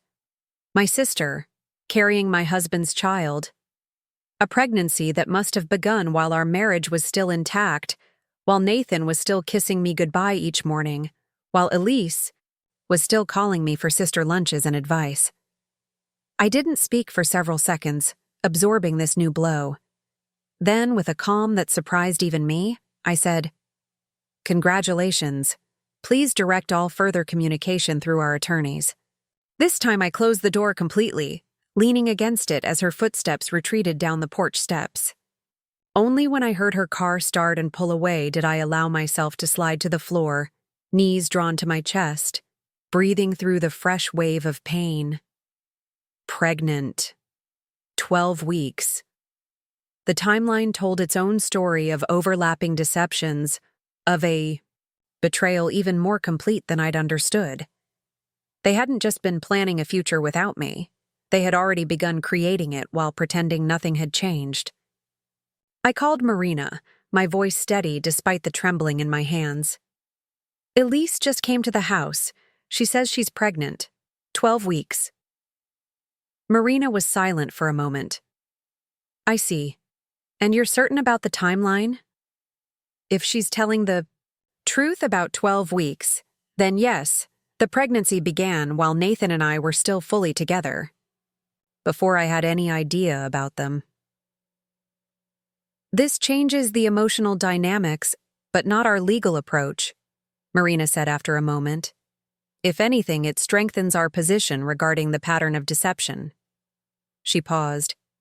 How are you handling this information? I considered the question honestly. I'm processing. It's another layer of betrayal, but it doesn't change the fundamental facts. They lied. They conspired. They planned to ambush me. The pregnancy just adds context to their urgency. You're handling this with remarkable composure, Marina observed. Most clients would be shattered by this news. I think I'm beyond being shattered, I said, realizing the truth of it as I spoke. Each new revelation hurts, but also confirms that I'm making the right decision in how I'm approaching this divorce. They've shown me exactly who they are. I'd be foolish to ignore the evidence. After we hung up, I made fresh coffee and carried it to the backyard deck, needing air and space. The garden Nathan had designed when we first bought the house was blooming with spring flowers, tulips and daffodils pushing up through rich soil, cherry blossoms drifting like snow across the grass. Beauty emerging from dormancy, from what had appeared dead. An apt metaphor, I thought, for what I hoped might eventually emerge from this painful season. Not just survival, but renewal. Not just the absence of betrayal, but the presence of something authentic and life-giving. My phone buzzed with a text from Harriet. Checking in. How's the weekend going? I hesitated, then typed, Elise came by. She's pregnant, 12 weeks. Her response was immediate. Coming over, 20 minutes. Have wine. True to her word, Harriet arrived bearing a bottle of excellent Cabernet and a fierce expression of protective anger. The absolute audacity, she fumed as she poured generous glasses at my kitchen island. To come here, to your home, and drop that bomb. It explains their timeline, I said, accepting the wine gratefully. Why they were rushing to formalize? Everything. It explains but doesn't excuse. Harriet took a long sip. How are you really doing with this news? Beyond the composed professor face you're showing me right now? I considered the question seriously. I'm sad, I said finally. Not just for me, but for that child. To be conceived in deception, to be part of this mess from the beginning. I shook my head. No child deserves that origin story. Harriet studied me over her glass. You're going to be okay, you know. Better than okay. You're going to thrive. How can you be so sure? Because I've watched you build research protocols that changed your field. I've seen you mentor students others had given up on. I've observed how you face setbacks in the lab, not with drama or despair, but with methodical problem-solving and quiet persistence. She reached across the island to squeeze my hand. Those qualities don't disappear in personal crises. If anything, they become more essential. Her confidence was like a lifeline, something solid to grasp amid the swirling uncertainty. I'm trying to see beyond the immediate pain, I admitted. To imagine a future that isn't defined by this betrayal. That future exists, Harriet assured me. I'm living proof. 5 years after James left, I barely think about him except as a chapter that's closed. My life now is fuller, more authentic, more aligned with my true self than it ever was during my marriage. That's what I want, I said softly. Not just to survive this, but to build something better from the ruins. You will, she promised. One day at a time. The weekend passed quietly after that. I spent Sunday reorganizing the house, moving furniture to create new arrangements that pleased me, boxing up items that held too many painful memories, opening windows to let fresh air sweep through rooms that had felt stagnant, physical changes to match the internal ones, a visible representation of the transformation already underway inside me. Not erasing the past, but making space for whatever might come next. Monday morning brought a formal email from Gregory, Walsh requesting a settlement conference, a significant shift from their initial aggressive stance. Marina forwarded it with a single comment. They're feeling the pressure, exactly as predicted. I smiled, remembering her description of the typical progression: denial, anger, bargaining. We had reached the bargaining phase right on schedule. I spent the day in my lab, losing myself in the comfort of research and data. My graduate students, sensing something was amiss but too professional to pry, maintained a protective buffer around me, handling routine questions that might normally have been directed my way, creating space for me to work without interruption. That evening, as I was packing up to leave, Carlos from IT appeared at my lab door. Dr. Reed, do you have a minute? Of course, Carlos. What is it? He glanced down the hallway before stepping inside and lowering his voice. There's been another attempt to access your university accounts. More sophisticated this time. Someone trying to use a password reset function by answering your security questions. My stomach tightened. Were they successful? No. We've implemented the enhanced security protocols we discussed, but... He hesitated. But what? The attempt came from an IP address associated with Reed & Associates, your husband's architectural firm. I exhaled slowly, processing this information. Can you document this for me? With timestamps and the IP information? Already done. I've sent the logs to your personal email. He shifted uncomfortably. Dr. Reed, this is concerning behavior. If there's anything else we can do to secure your digital presence. You've been incredibly helpful, Carlos. Thank you for your vigilance. After he left, I sat at my desk, contemplating this latest development. Nathan was escalating his attempts to gather information, perhaps hoping to find something he could use as leverage in the upcoming hearing. It was both disturbing and oddly validating. Further confirmation that my protective measures had been necessary, not paranoid. I forwarded Carlos's documentation to Marina with a brief note explaining the situation. Her response was swift. "This strengthens our case regarding his pattern of behavior. Document everything." By the time I arrived home, darkness had fallen, wrapping the house in shadow and silence. I moved through the rooms, turning on lamps, creating pools of warm light that pushed back against the night. In the kitchen, I poured a glass of wine and settled at the island with my laptop, intending to review data for an upcoming paper. Instead, I found myself opening a new document and beginning to write, not research or analysis, but a letter to the woman I had been just 2 weeks ago.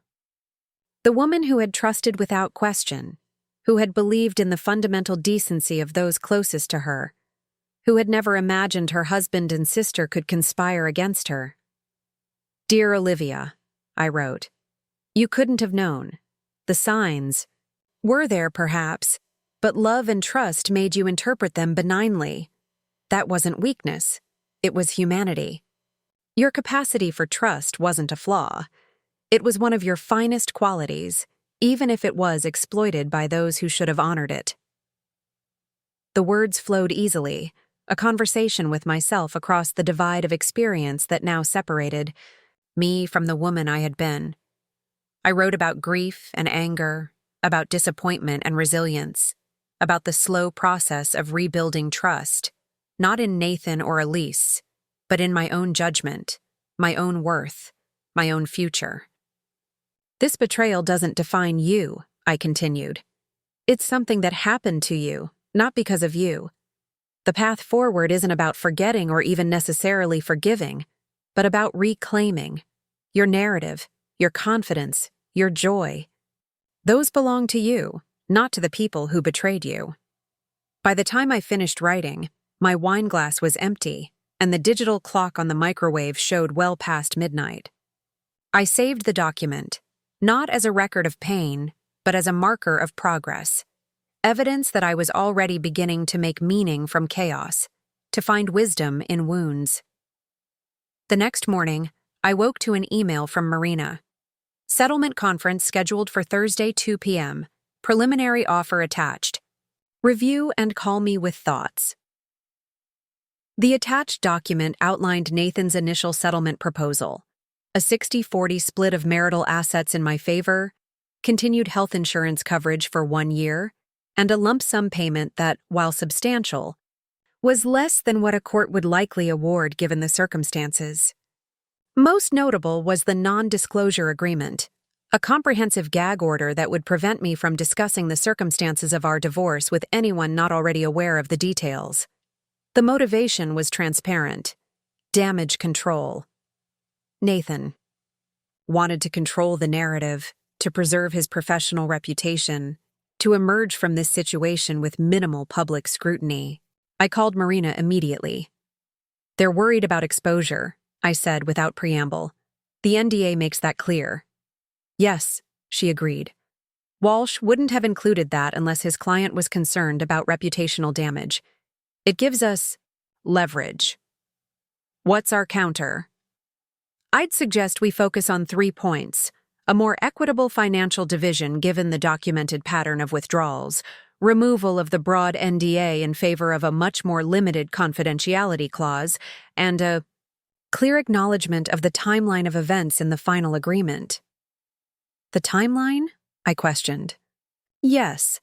I wanted on record that the affair preceded the pregnancy, that the pregnancy preceded the divorce filing, and that you were not informed of either until after you had already filed.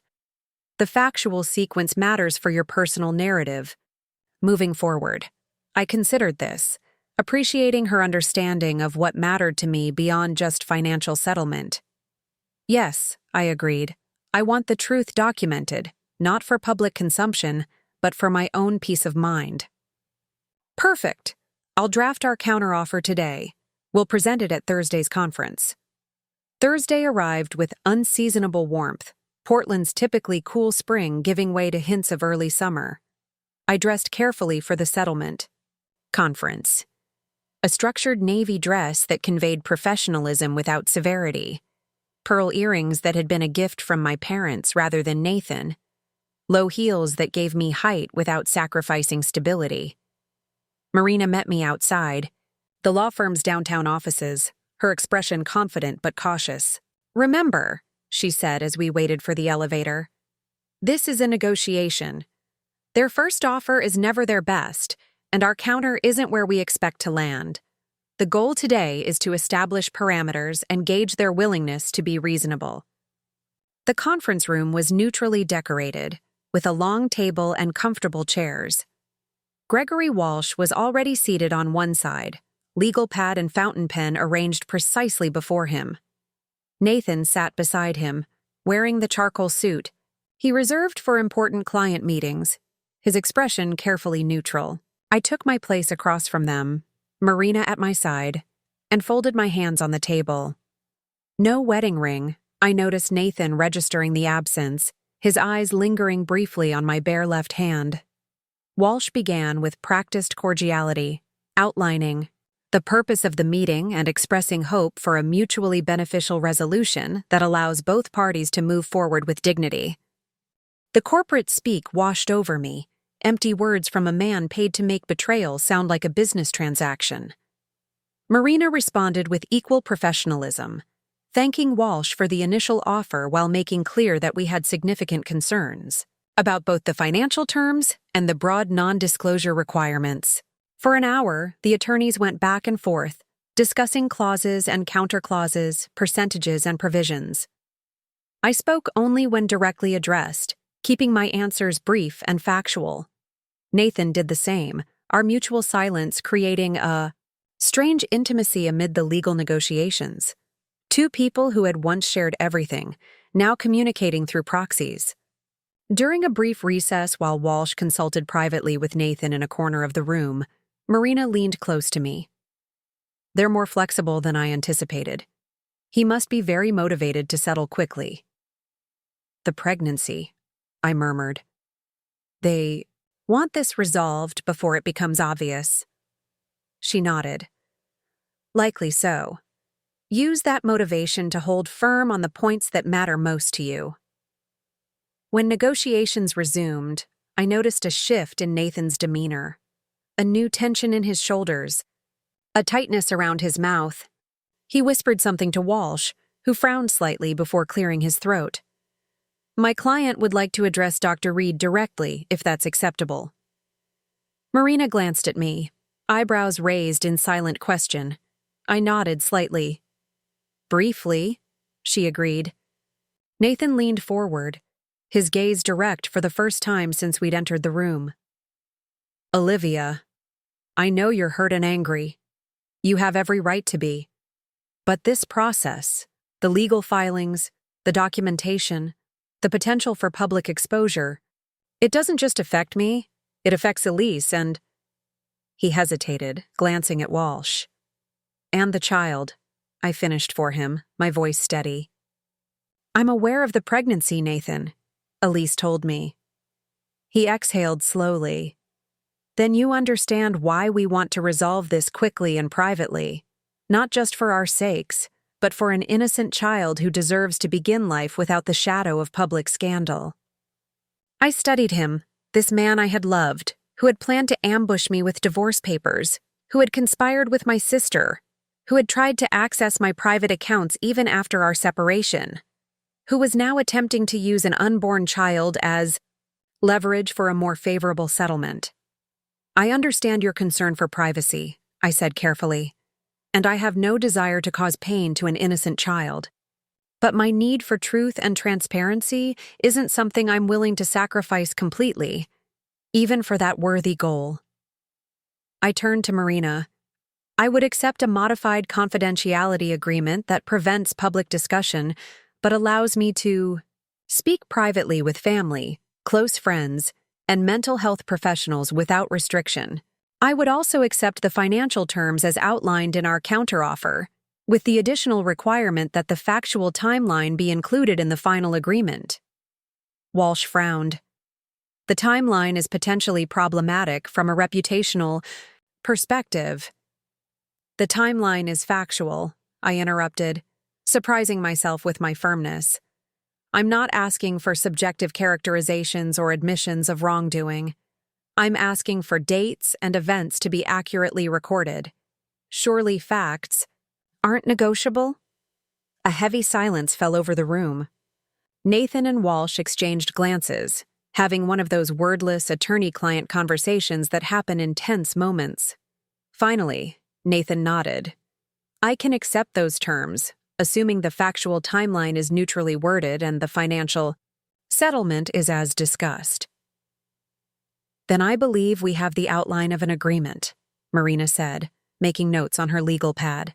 We'll draft the revised documents for review by end of day tomorrow.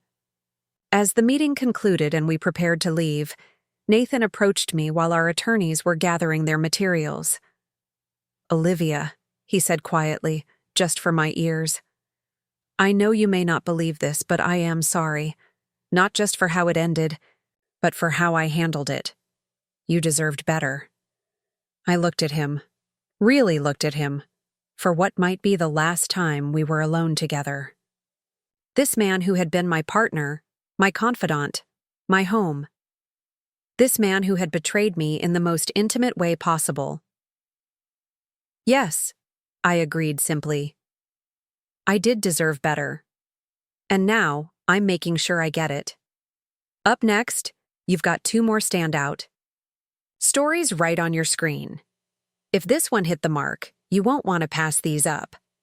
Just click and check them out. And don't forget to subscribe and turn on the notification bell so you don't miss any upload from us.